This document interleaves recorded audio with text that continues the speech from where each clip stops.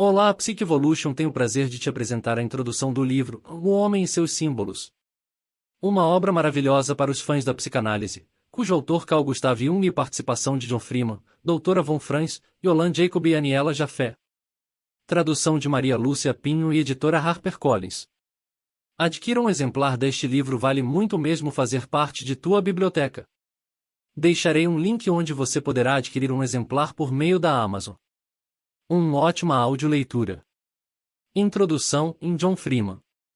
As origens deste livro, dada sua singularidade, são por si só interessantes, mesmo porque apresentam uma relação íntima entre o seu conteúdo e aquilo a que ele se propõe. Por isto, conto-lhes como ele veio a ser escrito. Num dia da primavera de 1959, a BBC, a British Broadcasting Corporation, convidou-me a entrevistar o Dr. Carl Gustav Jung para a televisão inglesa. A entrevista deveria ser feita em profundidade. Naquela época, eu pouco sabia a respeito de Jung e de sua obra, e fui então conhecê-lo em sua bela casa, à beira de um lago, perto de Zurique. Iniciou-se assim uma amizade que teve enorme importância para mim e que, espero, tenha trazido uma certa alegria a Jung nos seus últimos anos de vida. A entrevista para a televisão já não cabe nesta história a não ser para mencionar que alcançou sucesso e que este livro é, por estranha combinação de circunstâncias, resultado daquele sucesso. Uma das pessoas que assistiram àquela entrevista foi Wolfgang Foges, diretor-gerente da Aldous Books. Desde a infância. Quando foi vizinho dos Freud, em Viena. Foges era profundamente interessado na psicologia moderna. E enquanto observava Jung talando sobre sua vida, sua obra e suas ideias, pôs-se a lamentar que, enquanto as ideias gerais do trabalho de Freud eram bem conhecidas pelos leitores cultos de todo o mundo ocidental, Jung nunca conseguirá chegar ao público comum e sua leitura era considerada extremamente difícil. Na verdade, Foges é o criador de O Homem e seus Símbolos. Tendo captado pela TV o afetuoso relacionamento que me ligava a Jung, perguntou-me se não me uniria a ele para juntos tentarmos persuadir Jung a colocar algumas das suas ideias básicas em linguagem e dimensão acessíveis ao leitor não especializado no assunto. Entusiasmei-me com o projeto e, mais uma vez, dirigi-me a Zurique decidido a convencer Jung do valor e da importância de tal trabalho. Jung, no seu jardim. Ouviu-me 2 horas quase sem interrupção durante 2 horas e respondeu não. Disse, zero de maneira muito gentil, mas com firmeza, nunca havia tentado, no passado, popularizar a sua obra, e não tinha certeza de poder fazê-lo agora com sucesso, e, de qualquer modo, estava velho, cansado e sem ânimo para empreender uma tarefa tão vasta e que lhe inspirava tantas dúvidas. Os amigos de Jung hão de concordar comigo que ele era um homem de decisões positivas. Pesava cada problema com cuidado e sem pressa, mas quando anunciava uma resposta, esta era habitualmente definitiva. Voltei a Londres bastante desapontado e convencido de que a recusa de Jung encerrava a questão. E assim teria acontecido, não fora a interferência de 2 fatores que eu não havia previsto. Um deles foi a persistência de Foges, que insistiu em mais um encontro com Jung antes de aceitar a derrota, o outro foi um acontecimento que ainda dá hoje me espanta. O programa de televisão, como disse, obteve muito sucesso. Trouxe a Jung uma infinidade de cartas de todo tipo de gente, pessoas comuns, sem qualquer experiência médica ou psicológica, que ficaram fascinadas pela presença dominadora, pelo humor e encanto despretensioso daquele grande homem, pessoas que perceberam na sua visão da vida e do ser humano alguma coisa que lhes poderia ser útil. E Jung ficou feliz, não só pelo grande número de cartas, sua correspondência era imensa naquela época, mas também por terem sido mandadas por gente com quem normalmente não teria tido contato algum. Foi nessa ocasião que teve um sonho muito importante para ele. E, à medida que você for lendo este livro, compreenderá o quanto isto pode ser importante.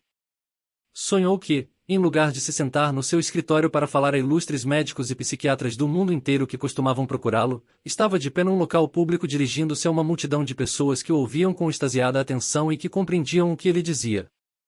Quando, 1 ou 2 semanas depois, Foges renovou o pedido para que Jung se dedicasse a um novo livro destinado não ao ensino clínico ou filosófico, mas às pessoas que vão ao mercado, à feira, enfim, ao homem comum, Jung deixou-se convencer. Impôs 2 condições. Primeiro, que o livro não fosse uma obra individual, mas sim coletiva, realizada em colaboração com um grupo dos seus mais íntimos seguidores por meio dos quais tentava perpetuar seus métodos e ensinamentos. Segundo, que me fosse destinada a tarefa de coordenar a obra e solucionar quaisquer problemas que surgissem entre os autores e os editores.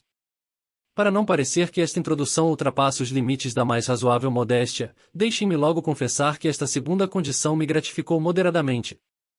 Pois logo tomei conhecimento de que o motivo de Jung me haver escolhido fora, essencialmente, por considerar-me alguém de inteligência regular, e não excepcional, e também alguém sem o menor conhecimento aprofundado de psicologia.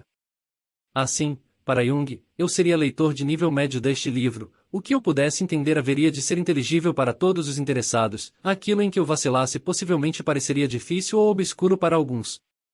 Não muito envaidecido com esta estimativa da minha função, insisti, no entanto, escrupulosamente algumas vezes, receio, até a exasperação dos autores, que cada parágrafo fosse escrito e, se necessário, reescrito com uma tal clareza e objetividade que posso afirmar com certeza que este livro, no seu todo, e realmente destinado e dedicado ao leitor comum e que os assuntos complexos de que trata tornam cuidados com rara e estimulante simplicidade. Depois de muita discussão concordou-se que o tema geral deste livro seria o homem e seus símbolos. E o próprio Jung escolheu como seus colaboradores a doutora Marie-Louise von Franz, de Zurique, talvez sua mais íntima confidente e amiga o doutor Joseph L. Henderson, de São Francisco, um dos mais eminentes e creditados junguianos dos Estados Unidos, a senhora Aniela Jaffe, de Zurique, que além de ser uma experiente analista, foi secretária particular de Jung e sua biógrafa, e o Dr. Hollande Jacobi, que é, depois de Jung, o autor de maior número de publicações do Círculo Junguiano de Zurique. Estas 4 pessoas foram escolhidas em parte devido ao seu conhecimento e prática nos assuntos específicos que lhes foram destinados, mas também porque Jung confiava totalmente no seu trabalho escrupuloso e altruísta, sob a sua direção, como membros de um grupo. Coube a Jung a responsabilidade de planejar a estrutura geral do livro, supervisionar e dirigir o trabalho de seus colaboradores e escrever, ele próprio, o capítulo fundamental, em Chegando ao Inconsciente. O seu último ano de vida foi praticamente dedicado a este livro. Quando faleceu, em junho de 1961, a sua parte estava pronta terminou há apenas 10 dias antes de adoecer definitivamente e já aprovar o esboço de todos os capítulos dos seus colegas. Depois de sua morte, a doutora von Franz assumiu a responsabilidade de concluir o livro. De acordo com as expressas instruções de Jung, a essência de O Homem e seus símbolos. O seu plano geral foram, portanto, traçados e detalhadamente por Jung. O capítulo que traz o seu nome é obra sua e de mais ninguém fora alguns extensos comentários que facilitarão a compreensão do leitor comum, sendo, incidentalmente, escrito em inglês. Os capítulos restantes foram redigidos pelos vários autores, sob a direção e supervisão de Jung. A revisão final da obra completa, depois da morte de Jung, foi feita pela doutora von Franz, com tal dose de paciência, compreensão e bom humor que nos deixou, a mim e aos editores, em inestimável débito. Finalmente, quanto à essência do livro. O pensamento de Jung coloriu o mundo da psicologia moderna muito mais intensamente do que percebem aqueles que possuem apenas conhecimentos superficiais do assunto. Termos como, por exemplo, extrovertido e introvertido arquétipo são todos conceitos seus que outros tomam de empréstimo e muitas vezes empregam. E erroneamente. Mas a sua mais notável essa contribuição ao conhecimento psicológico é o conceito de inconsciente não como uma espécie de quarto de despejos dos desejos reprimidos como é para Freud, mas como um mundo que é tão vital e real da vida de um indivíduo quanto é o mundo consciente meditador do ego. Além de infinitamente mais amplo e mais rico. A linguagem e as pessoas do inconsciente são símbolos e os meios de comunicação com este mundo são os sonhos. Assim, um estudo do homem e de seus símbolos, efetivamente, um estudo da relação do homem com seu inconsciente. E, como, segundo Jung, o inconsciente é o grande guia, o amigo e conselheiro do consciente, este livro está diretamente relacionado com o estudo do ser humano e de seus problemas espirituais. Conhecemos o inconsciente e com ele nos comunicamos um serviço bidirecional, sobretudo por meio dos sonhos, e do começo ao fim do livro principalmente no capítulo de autoria de Jung fica patente quanta importância é dada ao papel do sonho na vida do indivíduo. Seria impertinente da minha parte tentar interpretar a obra de Jung para os leitores muitos deles de certo mais bem qualificados para compreendê-la do que eu. A minha tarefa. Lembremo-nos, foi simplesmente servir como uma espécie de filtro de inteligibilidade e nunca como intérprete. No entanto, atrevo-me a expor 2 pontos gerais que, como leigo, parecem-me importantes e que possivelmente poderão ajudar a outros também não especialistas no assunto. O primeiro destes pontos diz respeito aos sonhos. Para os junguianos, o sonho não é uma espécie de criptograma padronizado que pode ser decifrado por meio de um glossário para a tradução de símbolos e, na verdade, uma expressão integral, importante e pessoal do inconsciente particular de cada um e tão real quanto qualquer outro fenômeno vinculado ao indivíduo. O inconsciente individual de quem sonha está em comunicação apenas com o sonhador e seleciona símbolos para seu propósito, com um sentido que diz respeito apenas a ele. Assim, a interpretação dos sonhos, por um analista ou pela própria pessoa que sonha é para o psicólogo junguiano uma tarefa inteiramente pessoal e particular e algumas vezes, também, uma tarefa longa e experimental que não pode, em hipótese alguma ser executada empiricamente. Isso significa que as manifestações do inconsciente são da maior importância para quem sonha, o que é lógico, pois o inconsciente é pelo menos a metade do ser total e oferece-lhe, quase sempre, conselhos ou orientações que não poderiam ser obtidos de qualquer outra fonte. Assim, quando descrevi o sonho de Jung dirigindo-se a uma multidão, não estava relatando um passe de mágica ou sugerindo que Jung fosse algum quiromante amador, e sim como, em simples termos de uma experiência cotidiana. Jung foi aconselhado pelo seu próprio inconsciente a reconsiderar um julgamento supostamente adequado feito pela parte consciente de sua mente. Resulta disso tudo que sonhar não é assunto que o junguiano considere simples casualidade. Ao contrário, a capacidade de estabelecer comunicação com o inconsciente faz parte das faculdades do homem e os junguianos ensinam-se a si próprios não encontram melhor termo a tornarem-se receptivos aos sonhos. Quando, portanto, o próprio Jung teve que enfrentar a decisão crítica de escrever ou não este livro, foi capaz de buscar recursos no consciente e no inconsciente para tomar uma decisão. E, em toda esta obra, você vai ver o sonho como um meio de comunicação direto, pessoal e significativo com aquele que sonha, um meio de comunicação que usa símbolos comuns a toda a humanidade, mas que os emprega sempre de modo inteiramente individual, exigindo para sua interpretação uma chave, também de modo inteiramente quinteira pessoal. O segundo comum ponto que desejo assinalar é a respeito de uma particularidade de argumentação comum a todos os que escreveram este livro, talvez a todos os junguianos. Aqueles que se limitam a viver inteiramente no mundo da consciência que rejeitam a comunicação com o inconsciente prendem-se a leis formais e conscientes da vida. Com a lógica infalível, mas muitas vezes sem sentido de uma equação algébrica, deduzem das premissas que adotam conclusões incontestavelmente inferidas. Algébrica, Jung e seus colegas parecem-me saibam eles ou não disso rejeitar as limitações deste método de argumentação.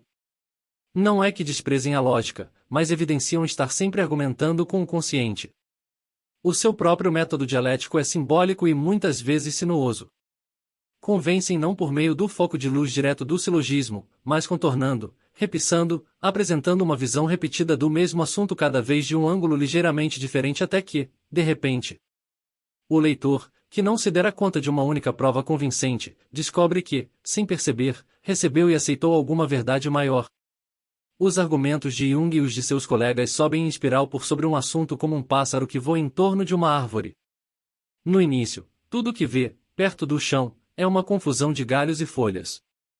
Gradualmente, à medida que voa mais alto, os diversos aspectos da árvore repetindo-se formam um todo que se integra no ambiente em torno. Em alguns leitores podem achar este método de argumentação em espiral um tanto obscuro e até mesmo desordenado durante algumas páginas, mas penso que não por muito tempo. E um processo característico de Jung logo o leitor vai descobrir que está sendo transportado numa viagem persuasiva e profundamente fascinante. Os capítulos deste livro falam por si mesmos e não pedem maiores explicações. O capítulo do próprio Jung apresenta o leitor ao inconsciente, aos arquétipos e símbolos que constituem a sua linguagem e aos sonhos através dos quais ele se comunica. O Dr. Henderson ilustra, no capítulo seguinte, o aparecimento de vários arquétipos da antiga mitologia, das lendas folclóricas e dos rituais primitivos. A doutora von Franz, no capítulo intitulado O Processo da Individuação, descreve o processo pelo qual o consciente e o inconsciente do indivíduo aprendem a conhecer, respeitar e acomodar-se um ao outro. Num certo sentido, esse capítulo encerra não apenas o ponto crucial de todo o livro, mas, talvez, a essência da filosofia de vida de Jung. O homem só se torna um ser integrado, tranquilo, fértil e feliz quando só então o seu processo de individuação está realizado, quando o consciente realizado, quando o consciente e inconsciente aprendem a conviver em paz e completando-se um ao outro. A senhora Jafé, tal como o Dr. Henderson, preocupa-se em demonstrar, na estrutura familiar do consciente, o constante interesse do homem quase uma obsessão pelos símbolos do inconsciente. Esses símbolos exercem no ser humano uma atração íntima profundamente significativa e quase alentadora tanto nas lendas e nos contos de fadas que o Dr. Henderson analisa quanto nas artes visuais que, como mostra a Sra. Jaffe, nos divertem e deliciam num apelo constante ao inconsciente. Por fim, devo dizer algumas breves palavras acerca do capítulo do Dr. Jacob, de certa forma um capítulo à parte neste livro. E, na verdade, a história resumida de um interessante e bem-sucedido caso de análise. E evidente o valor de tal capítulo em um trabalho como este, mas duas palavras de advertência fazem-se necessárias. Em primeiro lugar, como a doutora Von Franz ressalta, não existe exatamente uma análise junguiana atípica, já que cada sonho é uma comunicação particular e individual, e dois sonhos nunca usam da mesma maneira os símbolos do inconsciente. Portanto, toda análise junguiana é um caso único e seria ilusório considerarmos esta, retirada do fichário do Dr. Jacobi ou qualquer outra, como representativa ou típica. Tudo o que se pode dizer sobre o caso de Henry e de seus sonhos por vezes sinistros é que são um bom exemplo da aplicação do método junguiano a um determinado caso. Em segundo lugar, quero observar que a história completa de uma análise, mesmo de um caso relativamente simples, ocuparia todo um livro para ser relatada. Inevitavelmente, portanto, a história da análise de Henry prejudica-se um pouco com o resumo feito.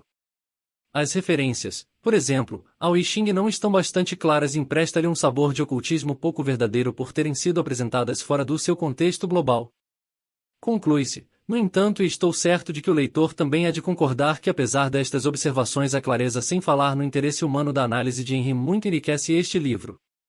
Comecei contando como Jung veio a escrever O Homem e seus Símbolos. Termino lembrando ao leitor quão extraordinária, talvez única, é a publicação desta obra. Carl Gustav Jung foi um dos maiores médicos de todos os tempos e um dos grandes pensadores do século XX. Seu objetivo sempre foi o de ajudar homens e mulheres a se conhecerem melhor para que, por meio deste conhecimento e de um refletido autocomportamento, pudessem usufruir vidas plenas, ricas e felizes. No fim de sua vida, que foi tão plena, rica e feliz como poucas conheci, ele decidiu empregar as forças que lhe restavam para endereçar a sua mensagem a um público maior do que aquele que até então alcançara. Terminou esta tarefa em sua vida no mesmo mês. Este livro é o seu legado ao grande público leitor. Fim da introdução de John Freeman. Espero que você tenha gostado. Um grande abraço.